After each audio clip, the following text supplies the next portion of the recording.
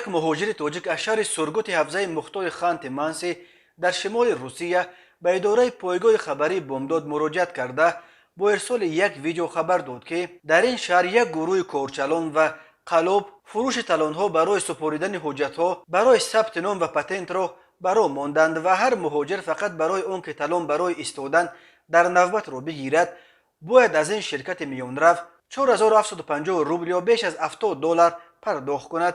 این مهاجر تاجیک که بنا به ملاحظه های امنیتی نامش را نشر نمیکنه میگوید تا پاندمی کرونا ویروس این تالان رایگان بود و دریافت کردنش هم هیچ مشکل نداشت. در دوره پاندمی تالان نوبت پتنت توسط تلفن تقسیم کرده میشد که نیز مشکلی زیادی نداشت، ولی می افزود مصاحبه ما اینک چند ماه می شود که یک گروه منفعتجو که در همان بنای مرکز سودای بلتی است که در طرف دیگر فمس اجاره میشینند این تالان همیشه بی پول را گرفته پولکی کردند و برای گرفتن تالان من باید از ساعت 2 یا 4 سحر روم، نام نویس کنم، بارانی هست و یا سرد است فرق ندارد چون که دیگر علاج نداریم. من که 20 روز پیش از تاجیکستان به سرگوت آمدم پول ندارم برای خریدن تالان. وقتی که مراجعت کردم به فمس یک رقم دادن که زنگ زنید برای گرفتن تالان. من قریب 15 روز باز هر سحر تا شب زنگ میزنم، هیچ کس جواب نمیدهد. تلفن دایم یک پیامک میدهد که مشغول است. من به رقم های باوری فمس هم زنگ زدم اوید این مسئله ولی روی حالش را نگفتند و یگان چاره نمیاندیشند. به این ترتیب این میانرفها حالا از هر مهاجر